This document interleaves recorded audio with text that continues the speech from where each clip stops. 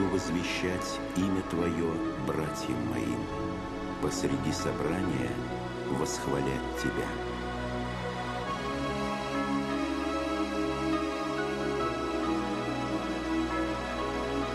Кто именуется в Евангелии братьями Господа Иисуса Христа?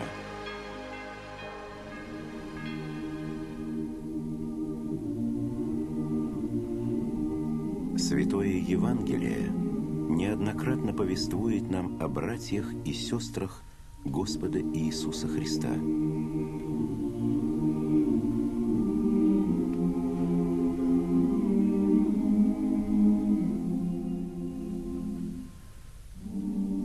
По обычаям восточных народов того времени братьями назывались не только родные братья, но и двоюродные, троюродные и вообще близкие родственники.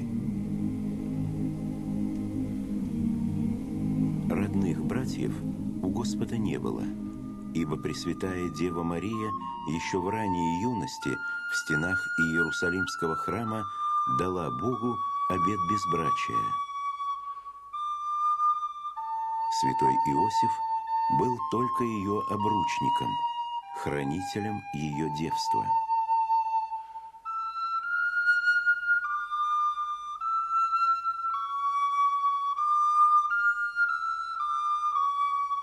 Православная Церковь именует Божию Матерь Приснодевой.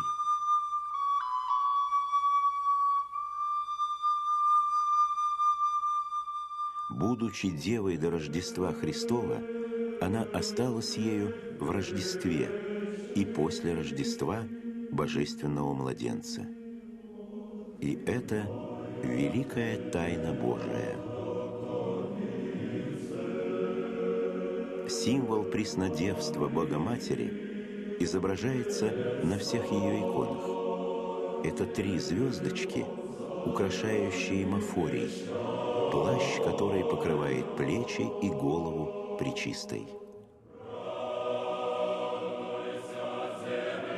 Согласно священному преданию, братьями и сестрами по плоти могли доводиться Господу двоюродные и троюродные братья и сестры, только по линии Его Пречистой Матери. По своему предвечному рождению от Бога Отца Иисус Христос был истинным Сыном Божиим, а по своему плотскому рождению от Девы Марии истинным Сыном Человеческим.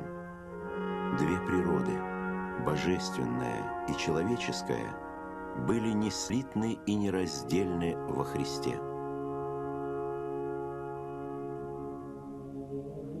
В Евангелии не дается пояснений, в каком родстве с Иисусом находились его братья, хотя мы знаем их имена: Иаков, Иосия, Симон, Иуда. Если они действительно были родственниками Иисуса Христа по плоти, то могли приходиться ему лишь троюродными братьями, поскольку их мать Мария Клеопова, по свидетельству святого Иоанна Богослова, была двоюродной сестрой Пресвятой Девы Марии.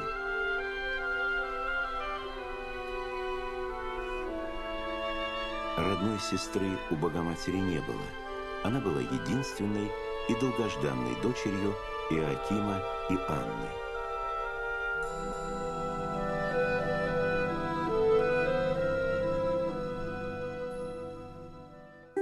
Существует в церкви и другое предание. Согласно ему, братья Господа – это дети Иосифа от его первого и действительного брака, который был задолго до обручения Иосифа с Пресвятой Девой Марией.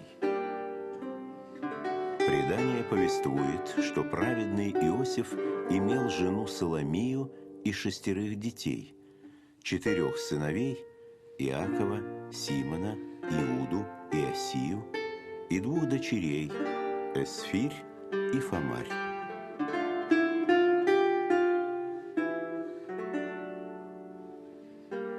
После смерти своей жены Иосиф долгое время жил во вдовстве и проводил свои дни в чистоте.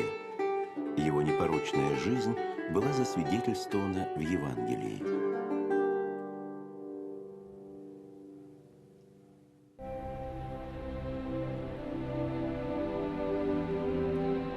Бог удостоил Иосифа высокой чести и высокого служения. Ему была обручена Пречистая Дева Мария, и он с великим благоговением служил ей и рожденному от нее Господу Иисусу Христу.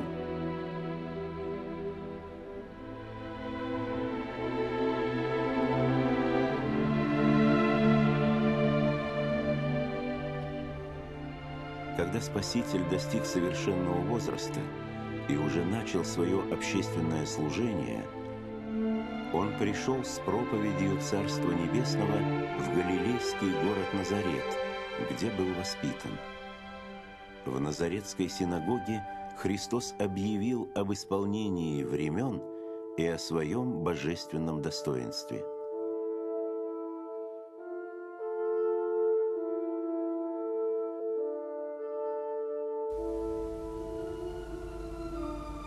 Как повествует Евангелие, все, слушавшие Спасителя, дивились словам благодати, исходившим из уст Его.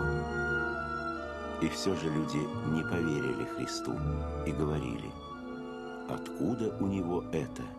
Что за премудрость дана Ему? И как такие чудеса совершаются руками Его? Не плотник ли Он, сын Марии, брат Иакова, Иосии, Иуды и Симона? Не здесь ли между нами Его сестры?» И соблазнялись о Нем.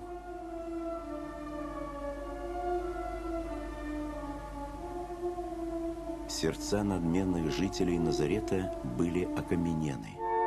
Они не узнали в Иисусе Христе истинного Мессию, Спасителя мира.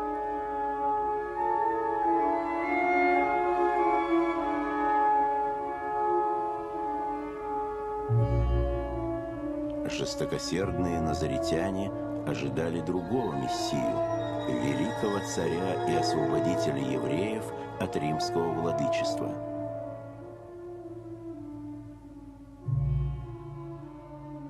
Даже братья Иисуса сначала не веровали в Него.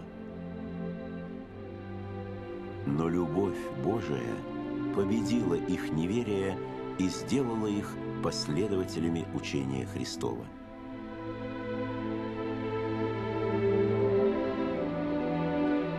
Один из них, Иаков, брат Господень, стал апостолом и первым епископом Иерусалимской церкви. За 30 лет епископского служения апостол Иаков обратил в христианство многих иудеев и за свою проповедь претерпел мученическую кончину. Святая Церковь почитает его как первого автора чинопоследования божественной литургии. Написанное апостолом Иаковом послание входит в состав священных книг Нового Завета.